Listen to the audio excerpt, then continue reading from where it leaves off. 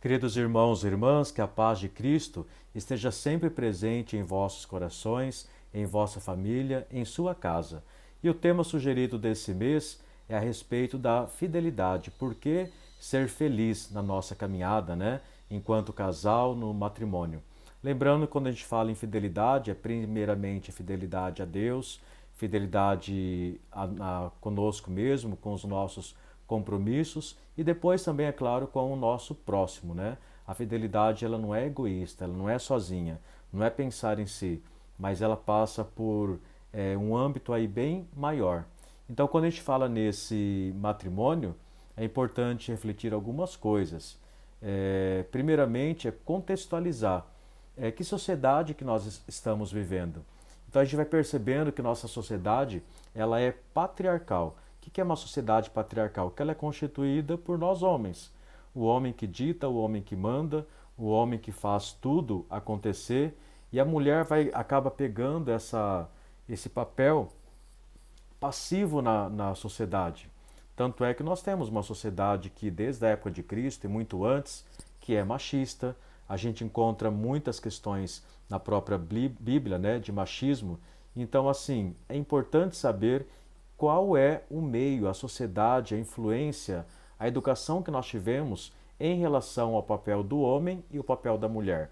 Será que é naquela vontade de Deus, da dignidade humana, que deve ser igual para todos? A gente percebe que não é muito por aí. Então, saber que nós nascemos em uma sociedade patriarcal é importante e faz diferença. Que o homem é colocado como todo, né, poderoso, pode tudo, faz tudo, e a mulher não pode nada. Essa diferenciação, ela tem que ir quebrando entre nós, porque não é a vontade de Deus. A vontade de Deus é dignidade para todos. Quem diz que a mulher nasceu para ficar cuidando de casa, para lavar, para passar, para cozinhar, cuidar dos filhos, simplesmente? É obrigação dos dois. É a obrigação do ser humano, de quem convive na mesma casa. Só que nós fomos criados, educados, aí que entra essa questão patriarcal que é importante, desta forma. Então nós temos que ter em mente, né, o quanto que isso produz uma sociedade machista, uma sociedade discriminatória, que o homem vale mais, ele ganha mais do que a mulher, que não dá para competir com o homem, né? Se por acaso tem sei lá, algo de chefia, um cargo de chefia, uma promoção, geralmente, muitas das vezes, é dada ao homem. Então, quebrar essa questão criada por nós homens, a humanidade, é preciso. A educação nossa precisa ser diferente. Então, essa questão discriminatória, machista, é claro que mudou muito, graças a Deus, né? Mas precisa mudar muito mais, mas nós temos ainda no nosso meio, na nossa casa, na nossa família. A mulher, ela não é obrigada a viver na sombra do homem, que geralmente é assim, né? As pessoas casam quando diz lá, vocês prometem amor e fidelidade um ao outro e é por toda a vida que prometem. Quando a gente fala em amor, eu não estou me tornando dono do outro. A outra pessoa não é a minha posse. Ela tem a vida dela própria e ela precisa, ao meu lado, acender, iluminar. Ela é dotada de dignidade que nem eu. Então a gente percebe que muitos casamentos são frustrados. Um se realiza e o outro não. E não pode ser dessa forma. Os dois precisam se realizar, somar força juntos, né? E não um parar de existir para que o outro aconteça, para que o outro exista. Então, saber a conjuntura que nós vivemos, que ela é patriarcal e não tem que continuar dessa forma, é importante. Direitos iguais, deveres também iguais. Lembrando que, quando a gente fala nesses direitos e deveres, não é colocar o homem e uma mulher no liquidificador, bater e sair um. Não é. Cada um tem características próprias também que têm que ser respeitadas, mas que têm que ser somadas. E é isso que é bonito na nossa humanidade. E não servir para diminuir um e elevar o outro. Então, essa questão da discriminação, da submissão feminina, nós precisamos cuidar nos nossos relacionamentos. Então, esse é o primeiro ponto. O segundo ponto que nós temos também, para essa fidelidade para que ela dê certo, é o conheça-te a ti mesmo. Tem uma música muito bonita que eu sempre, às vezes, me arrisco a cantar um pouco nos casamentos, né? Do Tom Jobim, que ela coloca: Eu sei que eu vou te amar, por toda a minha vida eu vou te amar, e em cada despedida eu vou te amar, desesperadamente. E assim vai, né? Desculpa os cantores aí de plantão, mas fala desse amor por toda a vida. Olha que coisa bonita, que coisa mais poética. É o que todo mundo quer, né? Quando se casa, quando encontra o príncipe ou a princesa encantados, encantada, né? Mas depois isso vai perdendo, parece que o brilho de repente se desfez, vira uma briga, uma confusão dos infernos. Então, para que isso não aconteça, o que é necessário para que a gente possa se manter fiel nos nossos relacionamentos? Um outro ponto importante, além de saber essa conjuntura, é saber quem eu sou, é saber das minhas características, qualidades, é saber dos meus defeitos também. Uma pessoa que não se conhece, dificilmente ela tem capacidade para fazer a outra feliz. Porque senão vai ficar sempre aquele vazio profundo dentro de si e eu só me dedico ao outro e o meu eu, como que fica? Então esse vazio que tem muita gente que às vezes sente falta e percebe é justamente a falta de amor próprio, a falta do auto se conhecer. É necessário eu me conhecer. Como dizia o próprio Freud, em relação à nossa personalidade, tem uma característica muito importante, um detalhe, um ponto, que é chamado de id, né? O id, o que que é? É o nosso querer primitivo, é o nosso instinto, são os nossos prazeres, que ele não é atemporal, não é racional, ele simplesmente quer ser saciado.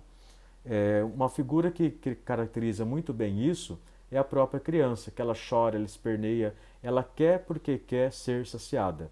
Então, esse instinto que nós temos na nossa infância é o que permanece para a vida inteira. É o nosso instinto que é chamado de id, do prazer, do querer tudo. Só que quando a gente vai crescendo, a gente vai desenvolvendo outras habilidades também. Como controlar esse meu instinto e esse meu querer? De saber que na vida eu não posso tudo, naquele momento, não dá para fazer tudo o que eu quero, que eu não tenho que ser saciado, eu não sou o centro do universo, né? Mas eu tenho que respeitar o meu próximo também.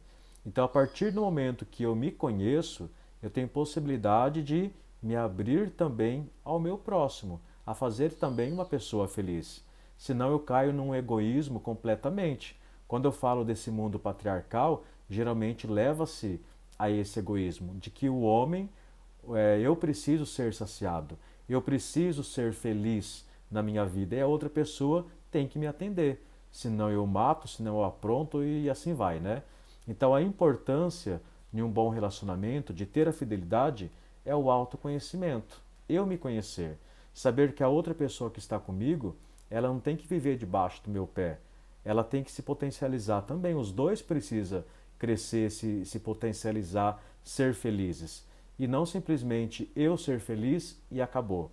Então esse autoconhecimento é importante. Quando a gente fala também nesse autoconhecimento, nessa questão da fidelidade, passa também pelo diálogo, pessoas equilibradas, maduras. Vamos sentar, vamos conversar.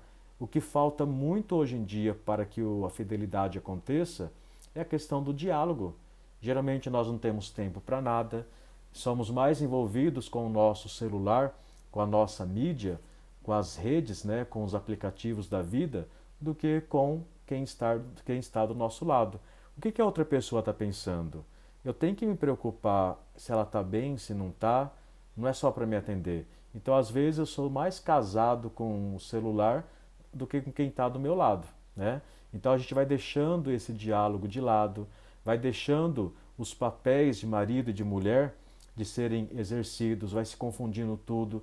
Então, no casamento é imprescindível a questão do diálogo. Nós precisamos ter mais diálogo. Quando se fala também nesse conhecimento pessoal, na realização no casamento, o casamento é para se realizar também, é para ser feliz. Ambos, o ser humano se une para ser feliz com outra pessoa, para somar. Quando se fala, por exemplo, de sexo no casamento, quantos casamentos que são frustrados porque não tem mais, né? Ou um deixa de comparecer, não faz mais o papel de marido ou de mulher. Então, assim, o que está acontecendo? Vamos sentar, vamos conversar, vamos dialogar, mas não tem o diálogo. Geralmente vai procurar fora aquilo que não encontro dentro de casa, é o que se fala, né? Mas esse não é o caminho. A poligamia não é o caminho no matrimônio. A gente pode sim ser feliz do jeito que nós somos, com a pessoa que nós escolhemos estar. E quando se fala nessa questão sexual, ela não é tudo, mas ela é consequência e geralmente não pode deixar de ter na vida de um casal. O sexo fora do casamento não, mas dentro do casamento é permitido sim. Não é algo pecaminoso, feio, não. Faz parte da vida de um casal. E se não está acontecendo, se isso de repente aborrece, é o que a gente percebe muito em confissões, na clínica, então tem que conversar. O que está acontecendo?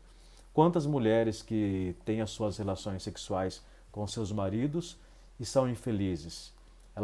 Muitas são estupradas, né? Muitas perderam o amor próprio, o amor pelo parceiro, porque não tem respeito, não tem diálogo, é sempre na grosseria, na brutalidade. Então, quando fala de fidelidade, é falar de amor. Você promete amor e fidelidade por toda a vida, mas isso passa por esse diálogo constante que tem que ter. Passa por esse carinho, atenção para com o outro. O que não está bom, ninguém tem bola de cristal também, viu? Seu marido não é obrigado a saber o que você está pensando e vice-versa também não. Então eu preciso falar. Se eu não tenho condições de falar com a outra pessoa porque ela não deixa, porque ela não quer, são dois estranhos morando na mesma casa? Você está morando com quem na tua casa? Com um marido, alguém que é o amor da sua vida, que você está se entregando? Ou é o quê? Tem casal que é desse jeito. Tem medo de falar, não posso falar que ele reclama, que ele xinga, que não sei o quê. É estranho por acaso? Então o matrimônio passa por essa questão aí da fidelidade e nós precisamos nos resolver em relação a isso. É preciso ter diálogo. O que está pegando? O que está acontecendo? Quais são as necessidades que eu também preciso me realizar dentro do meu casamento? Então, é diálogo. Outra coisa importante para que a fidelidade dê certo, e por fim, mais essa reflexão, esse ponto, né? É o mesmo amor que Cristo tem pela igreja, que nutre pela igreja, é o amor que o marido deve nutrir pela tua esposa, que a esposa deve nutrir pelo teu marido. Que amor é esse? Que não tem rancor, não tem raiva, que sabe perdoar, que sabe relevar, mas que muda também, que cresce também junto, que procura. Quando um caiu, vai atrás, tentar resgatar, como a ovelha perdida. Jesus não se contenta em perder ninguém, nenhum dos seus filhos. Ele vai atrás, ele ama a sua igreja. A igreja, ela é santa e é pecadora. Pecadora somos nós, né? Então Jesus, ele se preocupa. Deus se preocupa com cada filho, com cada membro. Então, será que o marido se preocupa tanto assim com a tua esposa? Ou ele está preocupado mais com seus negócios, mais com seu dinheiro, mais com a casa, com os prazeres pessoais, mais preocupado com a sua cerveja e tudo mais, né? E a mulher também está mais preocupada com o quê? Com o cabelo, É importante ter a sua vaidade, mas às vezes vive muito a aparência, o externo, e esquece de viver, de cuidar, de namorar, de ver quem está do teu lado, né?